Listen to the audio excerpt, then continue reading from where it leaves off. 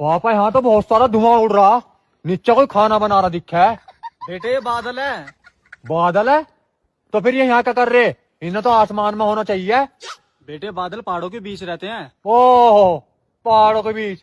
फिर हमारे गांव में बारिश कौन करे अगर ये पहाड़ों के बीच में रह रहा है तो? यही बादल तो रह वे वाले भी। वे वाले यही रह रहा है? हाँ।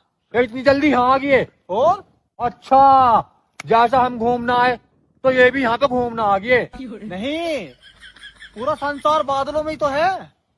अरे यार पापा तू पागल होगा दिखा अब बिल्कुल। तू चल घर।